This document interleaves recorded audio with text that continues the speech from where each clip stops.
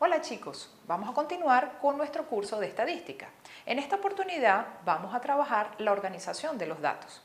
Particularmente en este módulo vamos a reconocer la importancia de la organización de los datos en el análisis descriptivo de la información que hemos recolectado. Para comenzar a hablar de este tema es importante que recordemos lo que hemos venido trabajando, que la estadística nos ofrece técnicas, métodos e inclusive herramientas para recolectar, organizar, resumir, analizar datos que han sido recogidos y todo esto con la intención de tomar decisiones. Muchas veces se dice que la estadística es la ciencia que apoya la toma de decisiones. Particularmente vamos a comenzar a hablar de la organización de los datos. Recordemos que la primera fase de recolección de datos lo que nos genera es una matriz de datos o una base de datos, pero estos debemos organizarlos.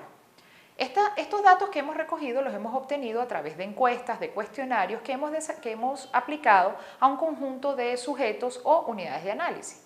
En las primeras de cambio, una matriz de datos se podría representar como la imagen que vemos allí, donde tenemos en cada una de las filas las respuestas de las personas a las diferentes preguntas que hemos hecho en una encuesta. Sin embargo, cuando vemos toda esta nube de respuestas, pues realmente es muy difícil para el investigador comenzar a analizar esta información. Es por eso que la siguiente fase a la recolección es la organización de estos datos.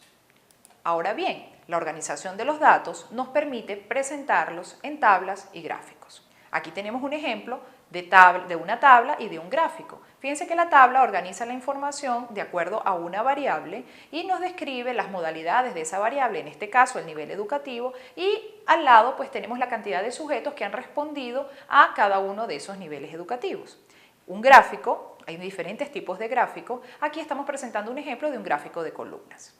Cuando presentamos los datos en tablas y gráficos, lo hacemos con unas intenciones muy particulares. Esta representación nos permite identificar patrones iniciales. Cuando vemos un gráfico podemos ver algunos patrones que están siguiendo los datos que hemos recolectado. También nos permite comprender la información que viene detrás de esos datos. Cuando vemos la nube de datos como una base de datos o una matriz de datos, pues es difícil poder comprender algunos elementos asociados a esa información. Con las tablas podemos comenzar esa comprensión.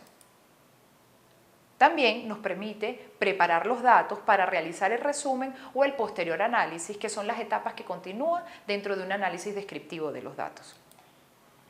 Y finalmente, pues nos ofrece una descripción general de los datos que hemos obtenido en la fase previa de la recolección. En esta unidad de organización de datos vamos a abordar los aspectos asociados a la construcción de tablas de frecuencias, la construcción de gráficos para variables cuantitativas y la construcción de gráficos para variables cualitativas.